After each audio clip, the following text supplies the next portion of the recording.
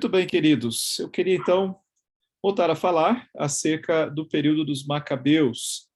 Na semana passada, nós fizemos uma introdução, lemos vários trechos propriamente do livro de Macabeus, até para nós podermos não só ouvir falar, mas podemos ter a oportunidade de conhecer em primeira mão o texto, né, não ouvirmos falar acerca do texto de Macabeus, mas propriamente conhecê-lo. Então, nós fizemos isso na semana passada. O que nós vamos estudar aqui, meus queridos, faz parte do que se chama do período interbíblico, que é o período entre os dois testamentos. A gente sabe que há um período da história que não é contada pela Bíblia. Quando terminamos ali de ler o livro de Neemias, nós ficamos com aquele sabor, né, de queremos conhecer mais da história. Por que parou aqui? Na verdade, passam ali de Neemias e de Malaquias, um período muito próximo entre eles, um período de 400 anos em que nós não temos um registro dentro da Bíblia. Não há um registro canônico propriamente. Mas por que, pastor, que a Bíblia se silenciou durante esse período? A Bíblia simplesmente se cala acerca desse período porque a Bíblia não é um livro de história.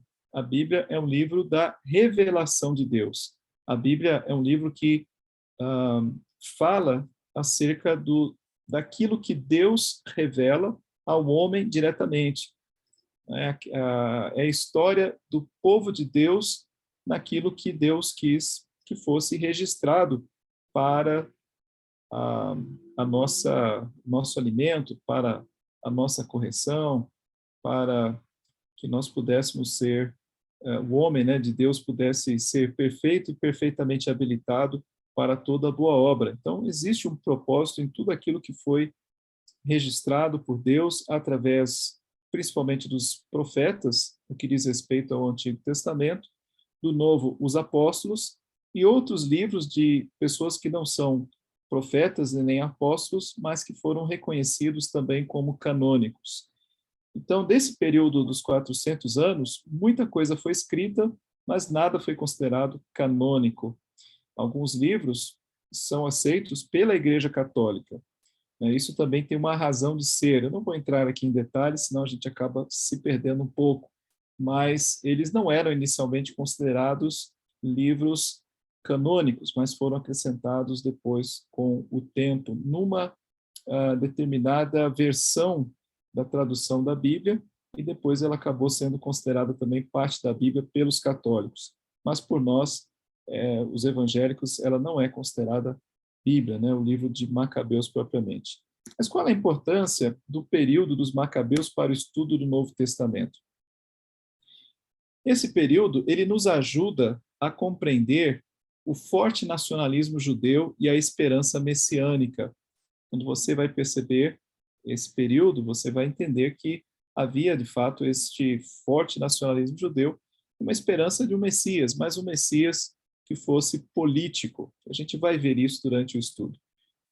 O sentimento de revolta contra os romanos. Os romanos tiraram a liberdade que os judeus tiveram durante um período bastante curto da história.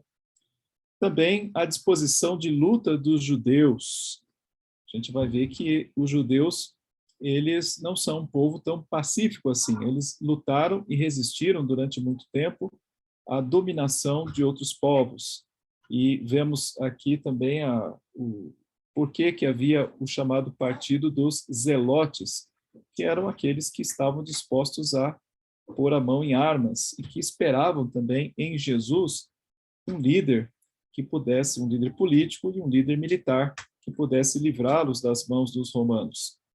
Também podemos compreender, a partir desse período, a diferença e até o sentimento de repúdio entre o grupo dos fariseus e o grupo dos saduceus.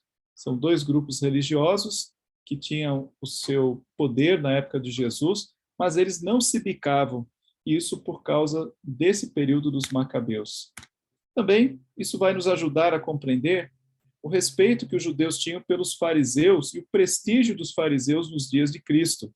Os fariseus, eles eram aqueles que efetivamente lutaram do lado dos judeus pelo conservadorismo judaico, pela manutenção das leis, contra o helenismo daqueles dias.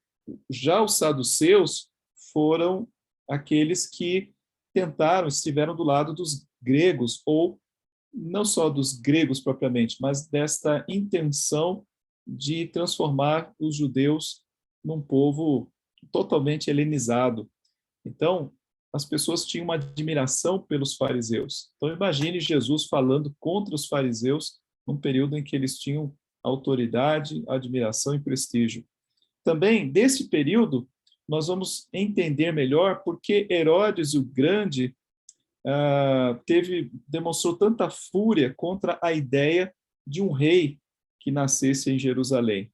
Não era só o medo de um rei da dinastia de Davi, mas também um rei que pudesse vir da dinastia dos Hasmoneus, né? Já que até pouco tempo antes, o povo judeu teve a sua própria dinastia de governantes. Então, Herodes temeu que aquilo pudesse eclodir novamente, mas, especificamente, o rei que viria de Davi, como ele mesmo, como o texto sagrado registra, né, que ele vai até os seus os escribas lá, as pessoas, os líderes, né, os religiosos, e consulta eles sobre onde haveria de nascer o rei. Mas era um período de bastante turbulência política.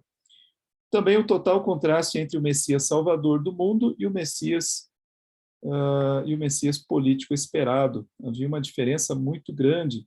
Jesus, então, ele vai ser uma grande decepção para aqueles que queriam um Messias político, e era o que muitos esperavam nos seus dias.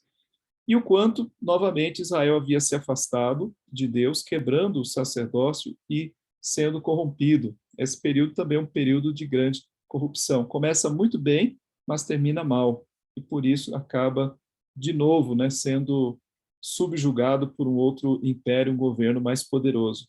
E que ficou praticamente irreconhecível, salvo pelos fariseus, né? Nos dias de Cristo, eles já estavam ali bastante corrompidos também por conta do período final aí dos Macabeus. Mas vamos então nos lembrar que a gente está falando aqui deste período que é um interlúdio, na verdade, entre o período de dominação grega para o período romano, desde a Babilônia até Roma. Somente neste período, que compreendeu 104 anos, que os judeus tiveram seu próprio governo.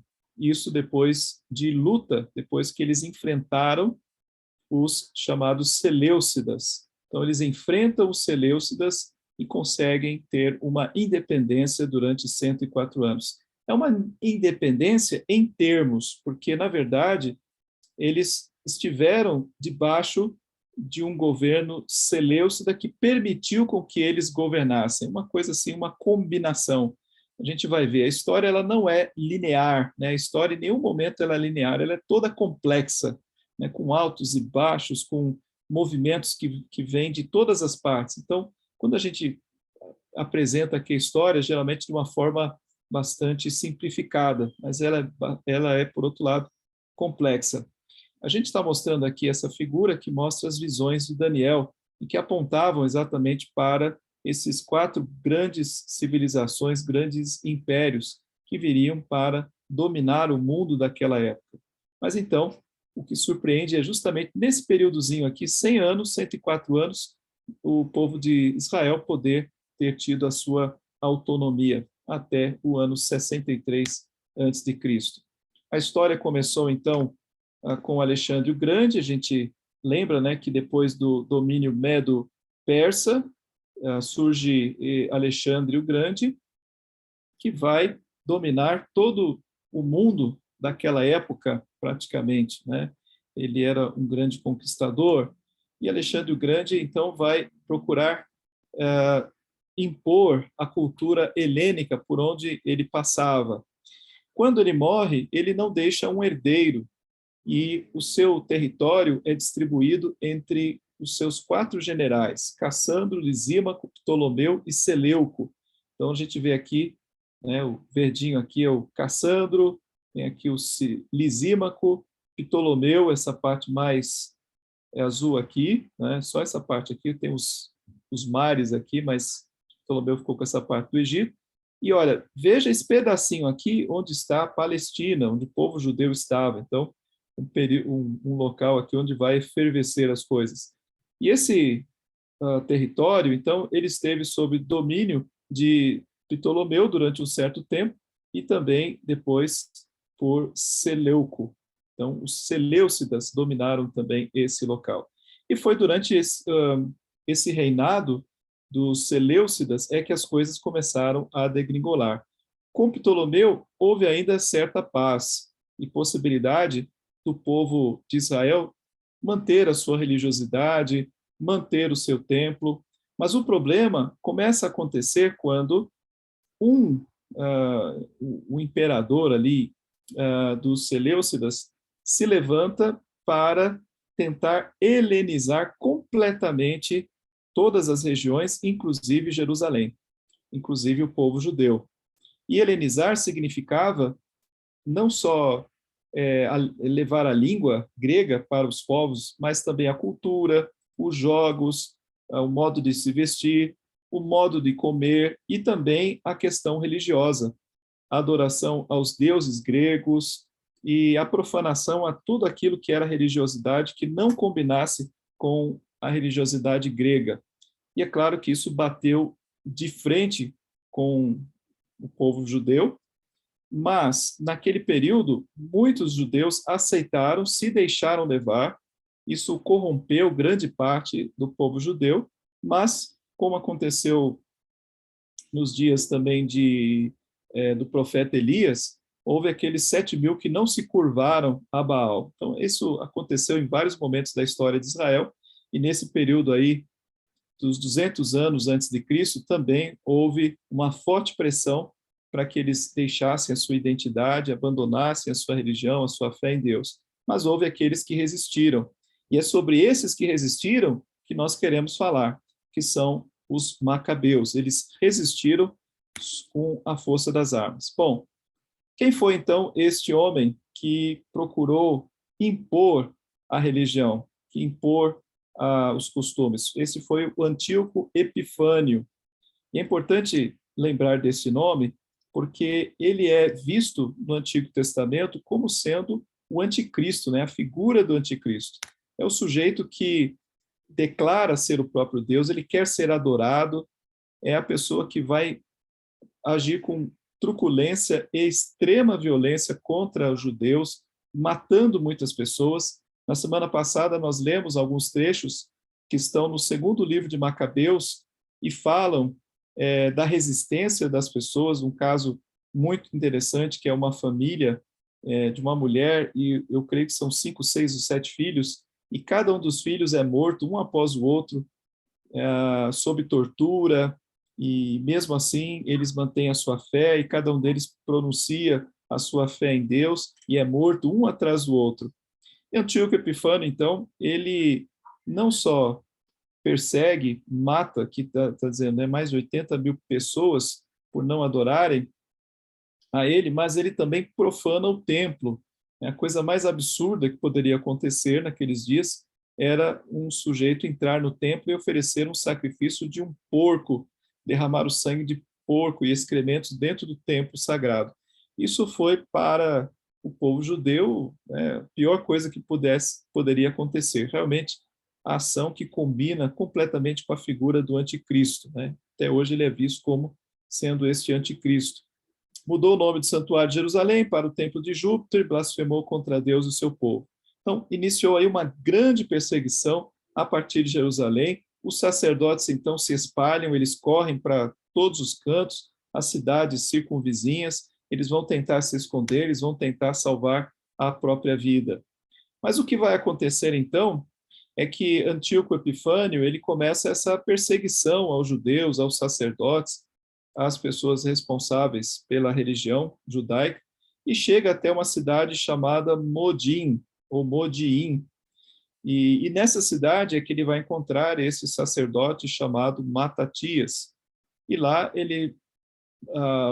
a comissão, né, que foi enviada, os emissários desse rei, eles constroem um altar para que fosse oferecido sacrifícios em honra desse rei, né, do próprio Antíoco Epifânio.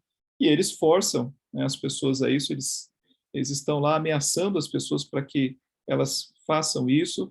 E o ponto é que Matatias, os seus filhos, eles se opuseram a essa ação. Mas o fato é que uma pessoa, um sacerdote dentro do povo judeu, cedeu à pressão e foi realizar o sacrifício, querendo escapar, querendo poupar a sua própria vida. Ele foi lá fazer o sacrifício. Foi quando Matatias, então, ele parte para cima desse sacerdote, ele o mata, e aí começa, claro, toda uma revolução ali, toda uma luta armada que envolve Matatias, o pai, e os seus filhos. Eram 5 filhos que passam, então, a lutar contra os soldados enviados e conseguem matá-los, e depois, então, ele vai fugir para o deserto. Então, é assim que começa a chamada Revolta dos Macabeus. Começa exatamente no ponto em que eles não aceitavam essa imposição dos gregos através de Antíoco Epifânio IV, né, que queria forçá-los a essa adoração pagã. Então, isso vai fazer com que o filho, primeiramente foi Matatias, mas por um período muito curto, eles liderassem uma revolta do povo contra os exércitos de Antíoco Epifânio IV. É interessante entender que nesse período esse exército era formado por sírios e então esses sírios partiram para cima dos judeus mas encontraram uma resistência muito forte, talvez a semelhança do que está acontecendo hoje lá na Ucrânia, né, em relação à Rússia, um país tão grande, tão poderoso, tentando invadir um país tão pequeno, mas sofrendo uma resistência enorme. Então, o povo judeu resistiu e, ao contrário de todas as expectativas, passou, inclusive, a vencer, a ter vitórias sobre vitórias, comandadas por um homem chamado Judas Macabeu. Esse era um dos 5 filhos de Matatias. Judas Macabeu é o nome mais famoso. E ele, então, começou a liderar estas revoltas que se espalharam por vários cantos. E, se você ler o livro de 1º Macabeus, você vai ver registro lá de várias vitórias, vitórias que eram verdadeiros milagres, no sentido da desproporção entre o grupo que estava com Judas e os que vieram como exército do rei, né? Então, houve várias vitórias, como se, lembrando aí Gideão, né, os 300 de Gideão, vários momentos em que você vê Judas orando, vários momentos em que ele fala algo parecido com o que Neemias falou, né, que a boa mão do meu Deus estava comigo. Então, nós lemos esses trechos na semana passada, e são trechos bonitos, né, que reforçam, refletem a fé, a confiança em Deus, o milagre, né, como Deus protegeu o seu povo, usando poucas pessoas contra muitos, né, pessoas que não estavam tão preparadas contra exércitos muito bem preparados. E a figura que iniciou toda essa revolta, essa revolução, foi o Judas Macabeu. Macabeu é um termo que vem de macaba, que significa martelo, e que dá essa ideia, né, de força, né, e teimosia, talvez dureza, em que eles, né, se lançavam contra os seus inimigos. E esse termo, então, mais tarde, tornou-se um paralelo de Hasmoneanos. A partir de Judas, Judas vai conquistar, então, o governo do povo, né, o governo vai ser uma espécie de governante do povo de Israel, e a partir daí é que se começa aquilo que se chama de dinastia Hasmoneana, que Hasmoneana vem desses judeus. Cadê? Ok, então, posteriormente o nome recebeu uma aplicação ainda mais ampla, referindo-se não só à família em foco, mas a todos quantos tomaram parte na luta pela independência de Israel do Império Seleucida no século II. Então, eles eram a resistência, né? O povo macabeu, eles eram a resistência. Todos que participaram juntos, então, se tornaram esse período dos macabeus. Então, o que é importante também nesse período aqui? O fato de que, eu creio que a resistência, ela começa em, deixa eu ver aqui, o ano exatamente, 167. Então, voltando aqui um pouquinho. Então, lá em 167 é que o Antíoco Epifânio ele vai profanar o templo, que foi a coisa mais horrível, né? A tragédia maior que poderia acontecer com o povo de Israel. E no ano de 165, então 2 anos depois, é que Judas consegue, depois de várias incursões, depois de várias lutas, ele consegue então agora purificar novamente o templo sagrado. Parece que foi, na verdade, em dezembro de 164. Em dezembro de 164 que ele conseguiu purificar novamente o templo sagrado. E este fato ficou lá registrado, a gente até leu na semana passada, no primeiro livro de Macabeus, se eu não me engano, e é a data que o povo judeu celebra até hoje como Hanukkah, né, que é essa purificação do templo depois dele ter sido profanado. Então, todo ano o povo judeu celebra aí essa vitória dos macabeus.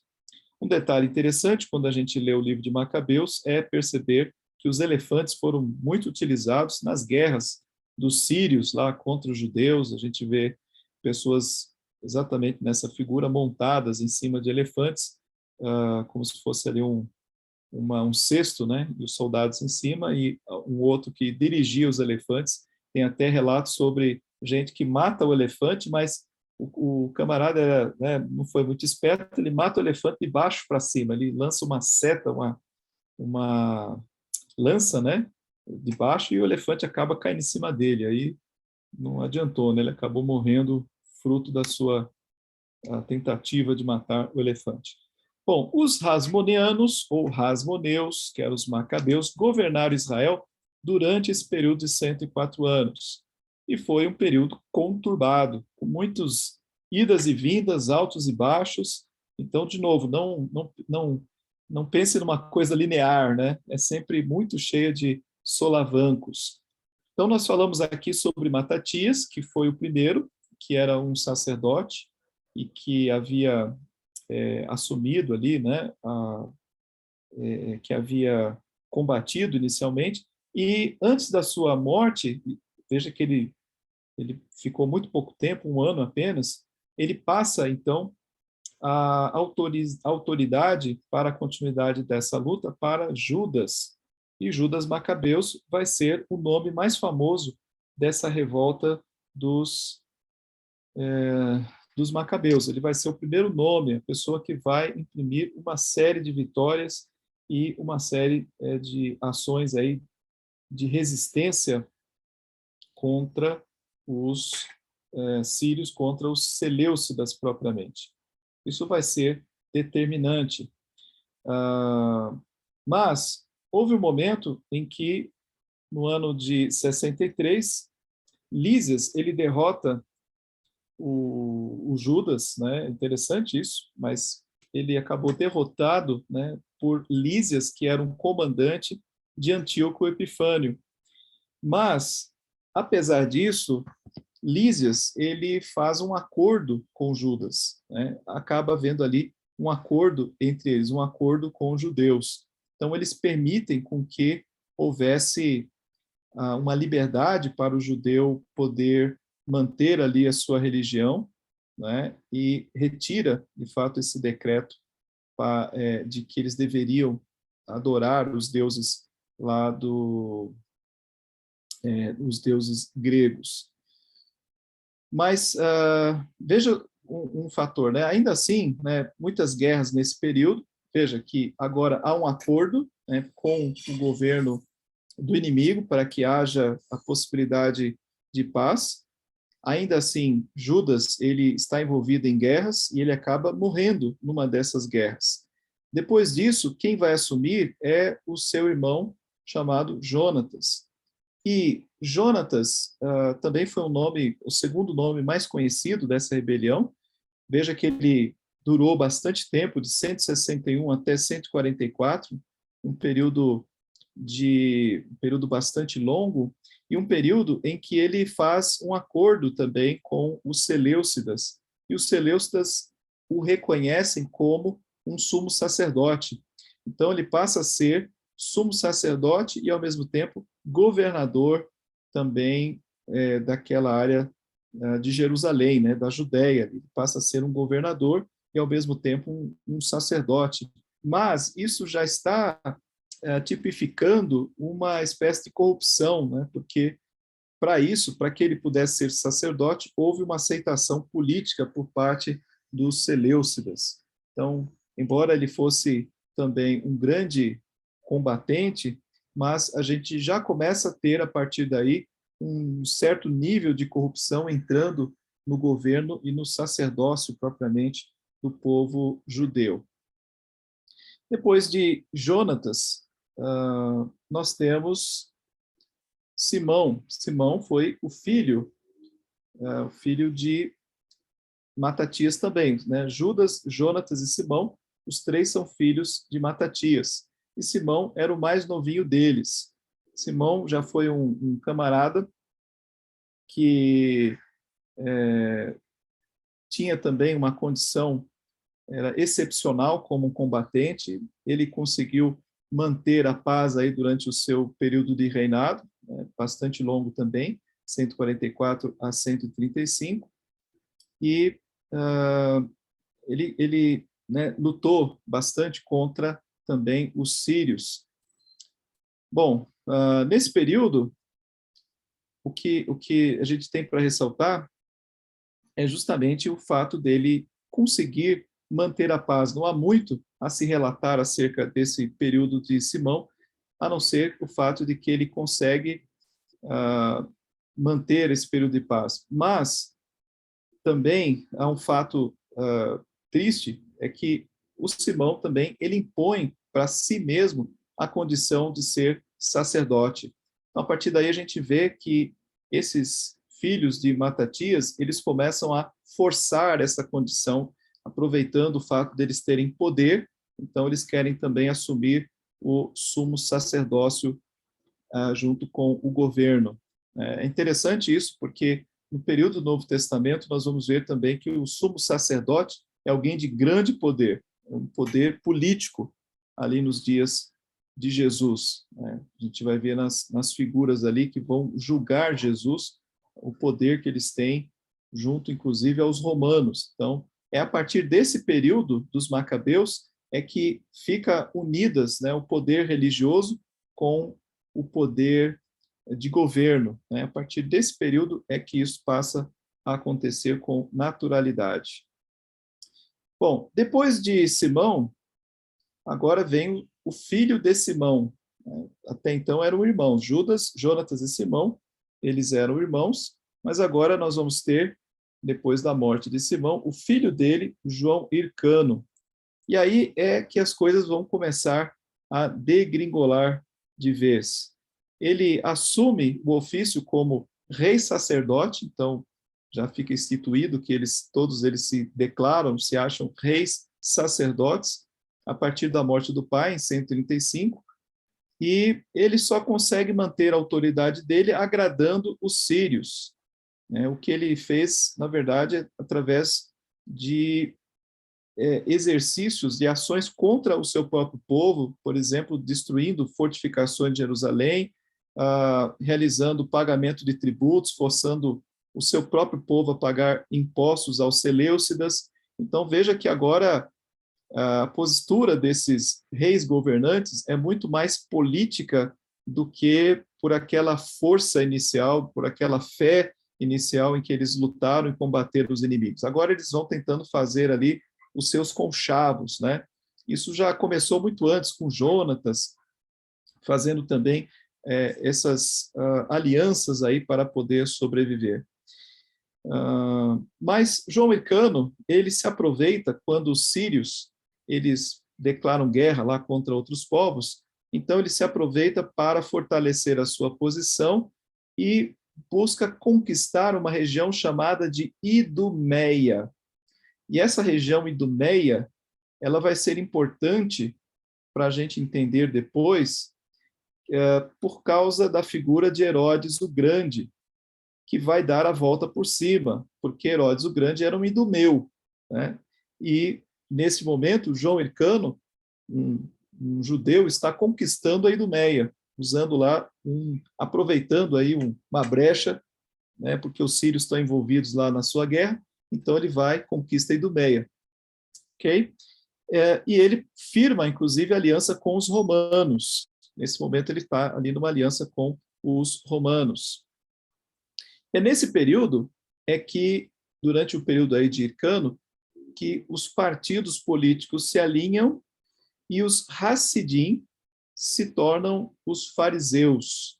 Então, você tem um partido chamado Hassidim, que passa a ser o partido dos fariseus, que são aqueles que defendem com unhas e dentes as leis, a cultura, a língua hebraica contra toda tentativa de helenização. Então, eles se firmam na sua própria tradição. Esses são os fariseus. E também, nesse mesmo período de João Hircano, é que surge também os chamados essênios.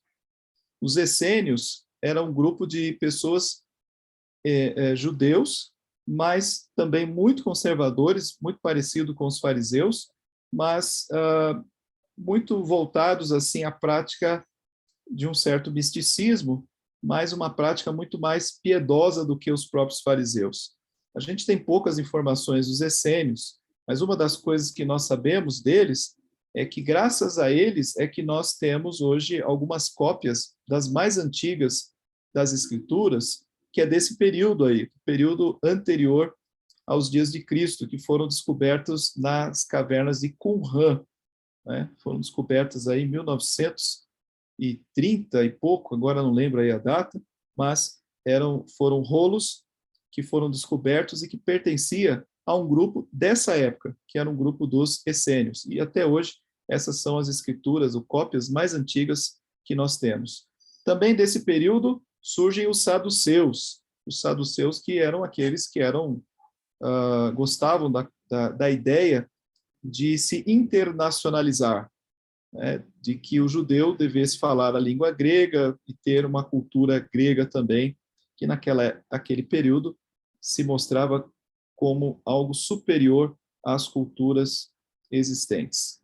Então, haviam aí, né, nesse período, a formação desses partidos, período de João Hircano. Então, a gente já vê que era um período, né, passou a ser um período bastante conturbado. Bom, depois disso, depois de João Hircano, nós vamos ter agora o filho dele. Então, agora nós temos, né, a dinastia de Simão, né? Simão é o primeiro, João Hircano vem depois dele, e aí vem Aristóbulo. E Aristóbulo, ele era um dos filhos de João Hircano, e ele só consegue subir ao poder por uma luta com os seus irmãos. Então, você vê aí que a coisa já degringolou de vez, né? Não tem mais nada de não tem mais nada de temor a Deus, de respeito. Agora é uma questão política, só política mesmo. Então, Aristóbulo, ele passa a ser governante a partir de uma luta com os seus 4 irmãos. E depois de ter, inclusive, lançado a própria mãe na prisão, né, e os três irmãos, e assassinado um outro, mandou assassinar um outro irmão chamado Antígono. E por conta disso, né, toda essa descendência hasmoniana cai numa decadência. Então a gente já percebe, né, onde isso vai chegar. A história do povo judeu se repete.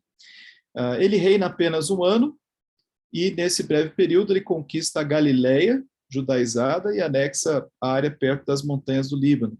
Então foi considerado alguém que dava pouco valor à Grécia e ao que vinha da cultura grega. Apesar disso, tinha os judeus, os fariseus contra ele.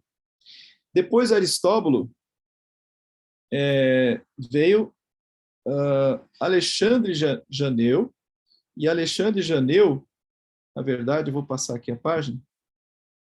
Alexandre Janeu foi um outro governante, já a gente está no período final aqui, que foi irmão do Aristóbulo. Né? Foi irmão do Aristóbulo. E olha que interessante, você tem uma outra figura ali embaixo, que é a Salomé Alexandra. A Salomé Alexandra foi uma mulher que governou o povo judeu no período final ali, e ela era esposa de Alexandre de Janeu e também foi esposa de Aristóbulo. Aristóbulo morreu, ela passou a ser esposa de Alexandre Janeu. Bom, Alexandre Janeu, ele foi também um grande conquistador. Ele foi um sujeito que conseguiu ampliar o território governado pelos seus irmãos, ou anteriormente pela sua família, até torná-lo muito parecido com o que Davi tinha nos seus dias. Mas um sujeito muito truculento, um sujeito muito violento, mas muito astuto, estratégico na sua capacidade militar, usou inclusive o mar, né, para avançar os seus territórios.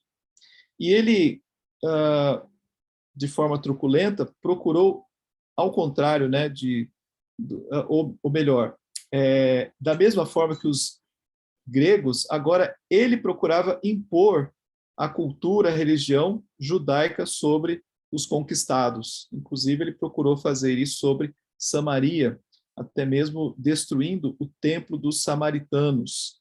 Então, daí a gente também lembra da rivalidade entre samaritanos e judeus, e Alexandre de Janeu levou isso à última instância, perseguindo os samaritanos e destruindo o templo deles em Gerizim. E uma coisa também importante desse período é que Alexandre de Janeu, ele se opunha aos fariseus. Na verdade, os fariseus, eles resistiram a Alexandre de Janeu. Alexandre de Janeu, ele foi uma figura que não era benquista por nenhum judeu, pela maneira dele de governar.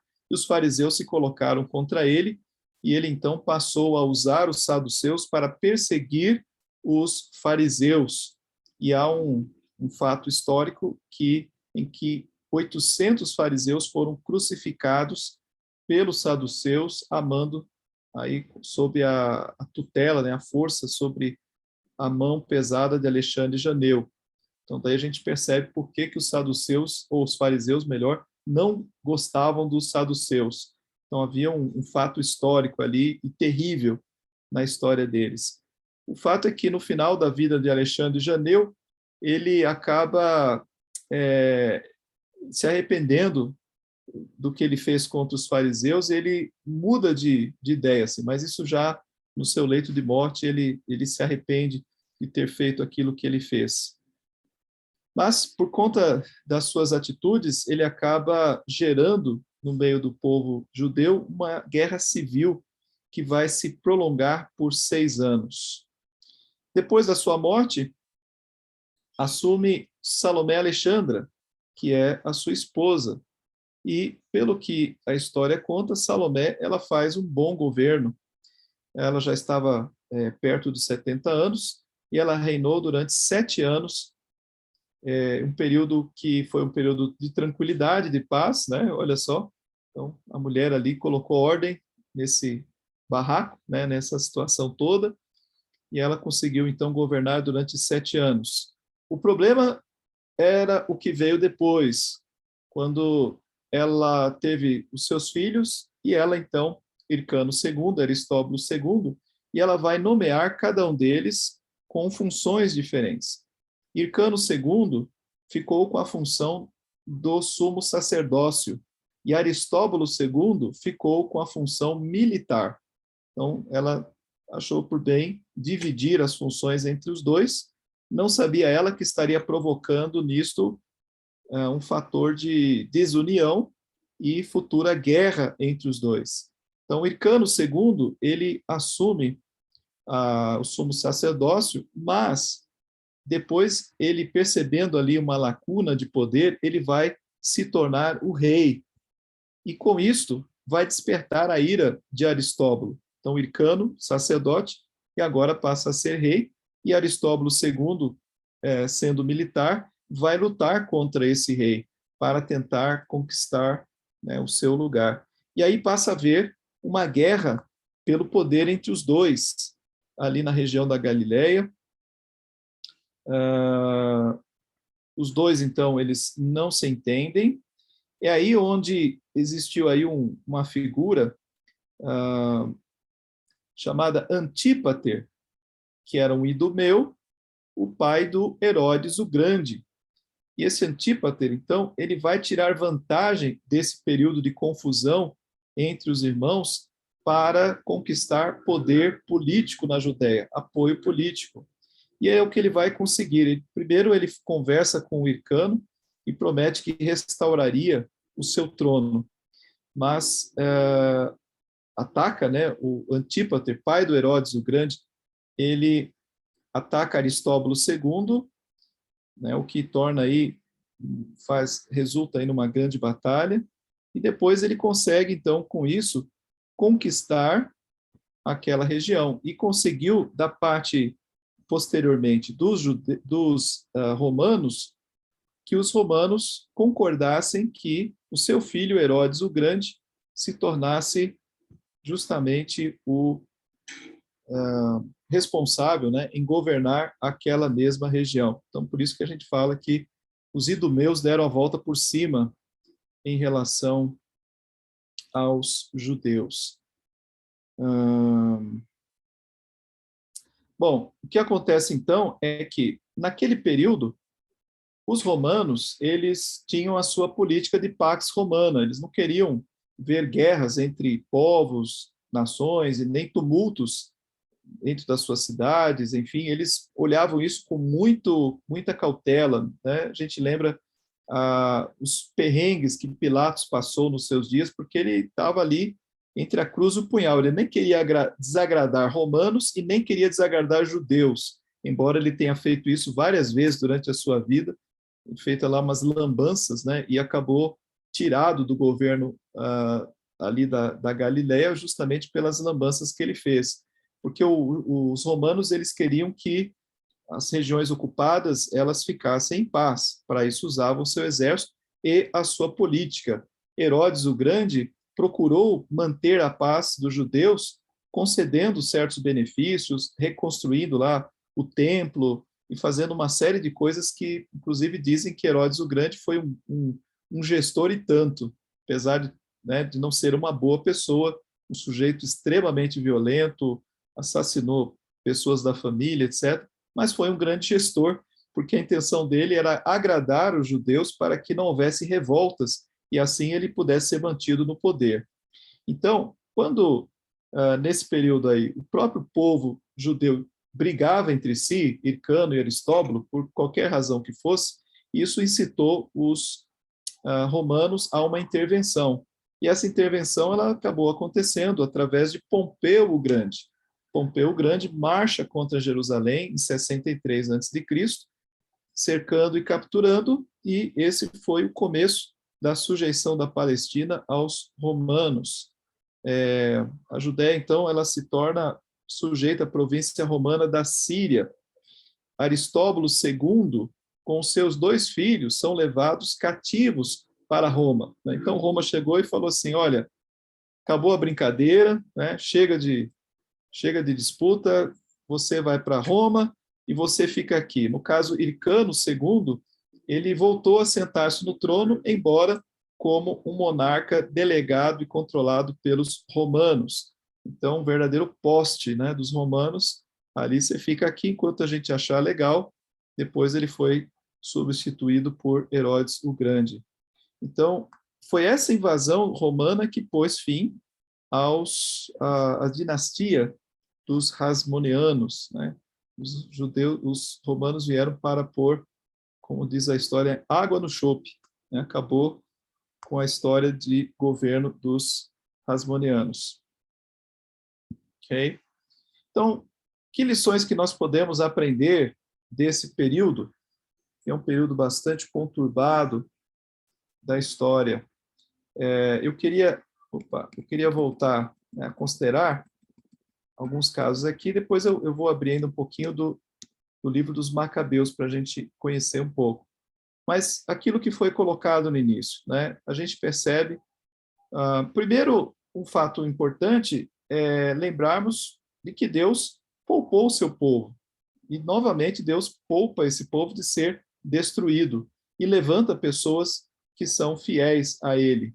A história dos Macabeus é uma história linda, principalmente no início.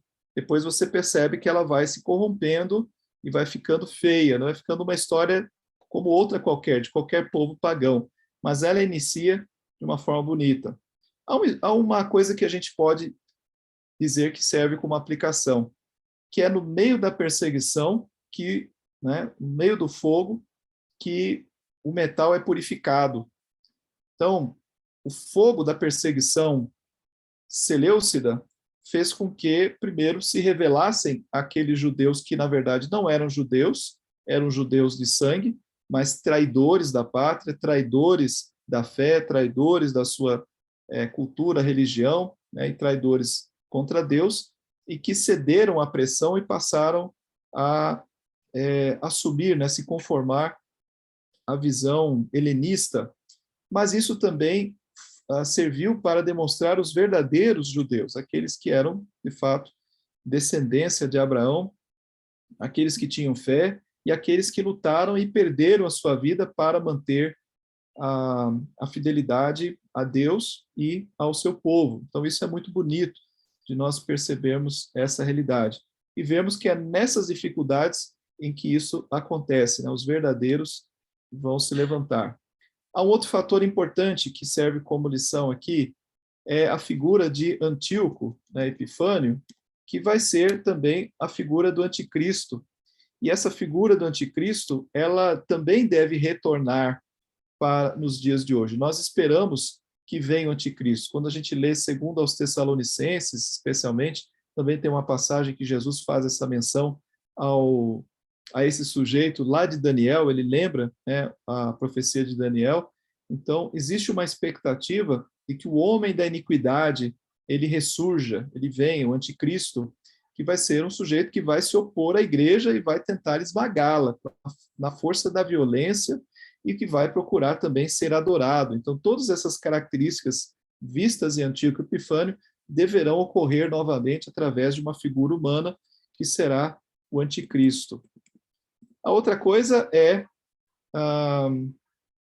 percebermos que, também aplicando para os nossos dias, que há muitas pessoas que buscam em Jesus, ainda hoje, um mero salvador no sentido físico, no sentido material, no sentido político, no sentido social, uma série de sentidos, mas perderam completamente a visão de Cristo Salvador, né, no sentido da nossa alma, da nossa vida, e por causa da nossa dívida com Deus, né, o verdadeiro Salvador. Então, as pessoas confundem o Messias Salvador com o Messias político que elas esperam. Acho que o texto que mais marca nesse sentido do Novo Testamento é o texto que fala da multiplicação dos pães e como aquela multidão foi atrás de Jesus querendo proclamá-lo rei, porque viram nele, né, alguém que tinha a condição de alimentar barrigas.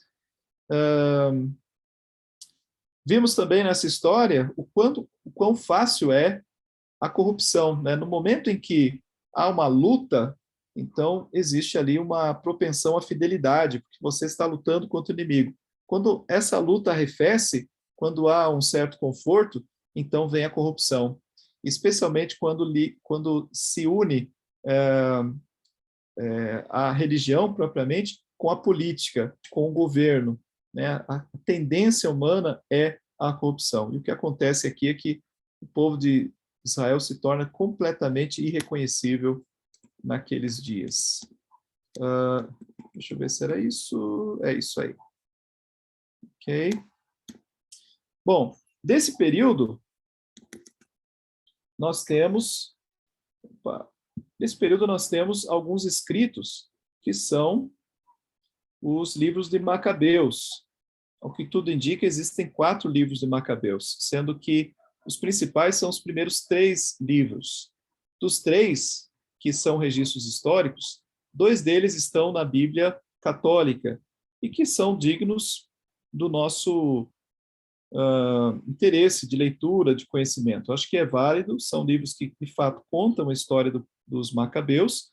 É importante a gente saber que não são dois livros como uma sequência de uma história, mas o segundo livro de Macabeus, ele volta no tempo e conta boa parte do que aconteceu nos dias de Judas Macabeus, na perseguição de Antíoco Epifânio, conta uns relatos incríveis. Semana passada nós lemos aqui 2 relatos de Eleazar, né, de um sujeito que foi um verdadeiro herói, resistindo a todas as tentativas de que ele adotasse a fé helênica, e também daquela família que eu citei aqui no início. Deixa eu ver se eu acho onde está aqui a Bíblia. A Bíblia não, né? O texto de Macabeus. E vimos também que esses livros, eles não foram aceitos como livros sagrados por conta de erros doutrinários que esses livros trazem. Então, por exemplo, o segundo livro de Macabeus, lá no capítulo 12, eu vou fazer aqui uma rápida referência, ele fala acerca da oração pelos mortos, que é de onde a Igreja Católica tira a sua doutrina, né, a sua referência ao dia de finados. Então, a gente vai ler aqui, pequeno trecho, deixa eu ver, 2 Macabeus, capítulo 12. Opa, Deus, capítulo 12, eu acho que é o versículo 46, bora para o 12. Olha lá, lutas de Judas Macabeus. Aí você vai lá no versículo, aliás, 46. Vamos lá. Apareça. Acho que está um pouquinho mais lento aqui no computador. Cadê tu? Olha lá, só um detalhe, né? Você vê aqui no livro de Segundo os Macabeus, aí você tem aqui um trecho, e aqui você tem a referência desse mesmo trecho no primeiro livro dos Macabeus. Então, os 2 livros, eles têm vários pontos de contato. Outras vitórias. Olha lá, sacrifício em favor dos mortos.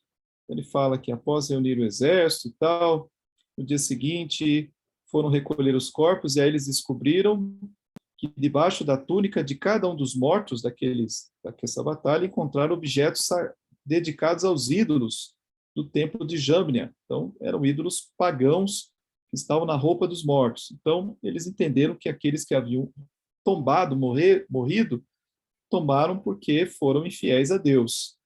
E assim todos louvaram o Senhor, o justo juiz, que faz patentes das coisas escondidas. Né? Uma referência que existe em outro texto da palavra, né? Que Deus faz todas as coisas ocultas, patentes. E voltaram-se para a oração pedindo que o pecado fosse completamente perdoado. Aí a gente fala, pecado de quem? Dos mortos ou dos vivos? E o nobre Judas exortou o povo a guardar sem pecado, vendo com os próprios olhos o que havia acontecido por causa dos pecados dos que tinham tombado. Fez uma coleta, olha lá, gente, ó, levantamento de oferta, né? Está aqui Macabeus, levantou 2.000 dracmas, que enviou a Jerusalém, para pagar a oferta de um sacrifício para tirar pecados. Então, ele quer oferecer um sacrifício para tirar pecados. Mas, veja, pois ele pensava na ressurreição dos mortos. Dois fatos aqui, o interessante, né, que fala da ressurreição dos mortos, mas ele estava pensando, então, em como poder tirar aqueles mortos da condição de perdidos. Então, pagando aqui por um sacrifício. Pois, se não esperasse que os mortos que caem ressurgirão de novo, orar a favor deles, de quem? Dos mortos, seria supérfluo e inútil. E se ele tinha a expectativa de que uma belíssima recompensa estaria reservada para quem repousa na piedade, a sua ideia foi santa e piedosa. Por isso, ofereceu um sacrifício a favor dos mortos, para que o seu pecado fosse perdoado. Então, é aquela parte que nós dizemos, puxa vida, estava indo tão bem, seu Judas Macabeus, né? E aí acabou caindo nessa de orar em favor dos mortos. A gente sabe que a Bíblia condena qualquer tipo de contato com os mortos, né? Não há nenhum texto na Bíblia que dá qualquer margem a entendermos que nós possamos influenciar a realidade, a condição daqueles que morreram, né? Os que morreram irão receber aquilo que é aquilo que lhe está reservado pela vida que viveram, é claro, e a gente crê na salvação em Cristo Jesus. Mas então, o texto de Macabeus ensina isto, e a Igreja Católica vai usar esse texto para ensinar a orarmos ou rezarmos pelos mortos. Daí, é um texto que não pode ser parte da Bíblia. E não só isso, né, o livro de Macabeus ele não tem aceitação também por questões estéticas, questões técnicas do texto, como mencionamos também na semana passada, por ser um texto escrito em grego. Né? Todo o Antigo Testamento é escrito em hebraico, né? E esse texto é escrito em grego, já do período aí no segundo século antes de Cristo. Um fato interessante da Bíblia do Antigo Testamento e que é um fator para a canonicidade da Bíblia é saber quem escreveu o texto sagrado. Se foi um profeta, né, se foi um autor que recebeu diretamente de Deus essa autoridade para escrever. Moisés, por exemplo, que foi um líder, foi um sacerdote e também um profeta. Então, era preciso saber quem foi ou o que escreveu exatamente.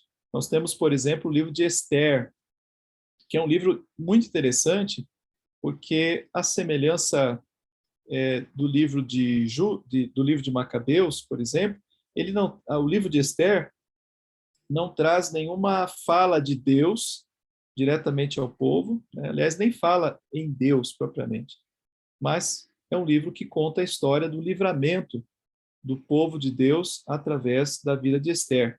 Existe aí sim uma certa relação histórica, né, assim, do tempo entre a história que ocorre lá com Esther e a história que vai ocorrer aqui com Judas Macabeus e com os Macabeus. No caso de Esther, a gente vai lembrar que foi no período Medo-Persa que aconteceu aquele livramento. O povo judeu poderia ser extinto ali por conta de um decreto do rei. E aqui, né, no período grego, da mesma forma, Deus livrou. Entretanto, o livro de Esther é considerado canônico. Apesar de não falar o nome de Deus, é um livro considerado canônico. E o livro dos Macabeus, não. E, né, então, entre outras razões, por trazer aí questões doutrinárias que nós, né, o povo de Deus, né, da cristandade, historicamente falando, não aceita. Bom, queridos, é isso que eu queria compartilhar com vocês hoje acerca dos Macabeus. É um extrato, é claro, né? A gente procura ser breve para não extrapolar o tempo, que é curto dos irmãos, mas é importante a gente ter essa noção. Isso vai nos ajudar, quando abrir o Novo Testamento, saber que ali é a continuidade da história dos Macabeus, né? Que foram os Hasmoneanos, que duraram ali 100 anos, mas estão muito perto, né, da história de Jesus. Tá bom? A semana que vem a gente continua. A intenção na semana que vem é falarmos um pouco acerca do contexto, mais elementos do contexto histórico dos tempos de Jesus. É o que a gente já começou na escola dominical e a gente vai trazer alguns outros elementos que sejam interessantes, seja em relação aos romanos, né, seja em relação ao próprio povo judeu, algo do dia a dia do povo judeu, que a gente veja assim alguns contatos que a gente percebe nos textos da palavra e a gente vai procurar entender melhor sobre esse contexto vivido aí pelos judeus. No domingo passado, quem não assistiu à aula da Escola Dominical, assista, que é uma aula em que nós falamos sobre o contexto histórico, né, o cultural do judeu, como ele era ligado ao grupo. É muito importante se você quer entender o judeu é entender que ele é sempre ligado ao grupo. Até hoje é assim. É aquela história, você não vê um judeu pela rua aí pedindo esmola, por quê? Porque há um grupo muito forte em que se apoia, né, que vê os outros de uma forma diferente, você não judeu, né, então você não pertence ao grupo, mas o judeu está lá, eles se apoiam. Então, dentro dos tempos de Jesus, isso também era uma realidade, tanto é que Jesus era de Nazaré, né, os outros eram filhos desse ou filhos daquele, todo mundo tinha sua ligação com o seu grupo específico. Então, isso é muito importante. E o fator lá, honra e vergonha, né, que era também um fator preponderante para aquela cultura. Tá bom, irmãos? Então, vamos fazer uma oração, encerrando, então, o nosso estudo de hoje. Vou pedir ao presbítero Elson para nos fazer essa oração.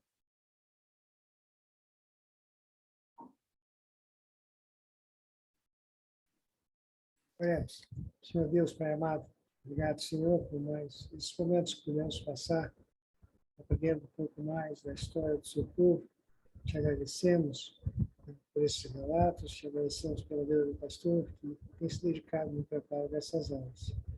Essas lições, principalmente aquelas, né, que demonstram fé e fidelidade a Ti, possam nos alcançar, os nossos corações, possam ser praticadas por nós também. Te agradecemos uma vez mais por esse momento e pedimos que o Senhor continue nos abençoando, em nome de Jesus. Amém. Amém. Valeu, queridos. Deus abençoe. Desculpa que hoje foi meio no monólogo, né? Mas é que era muita informação.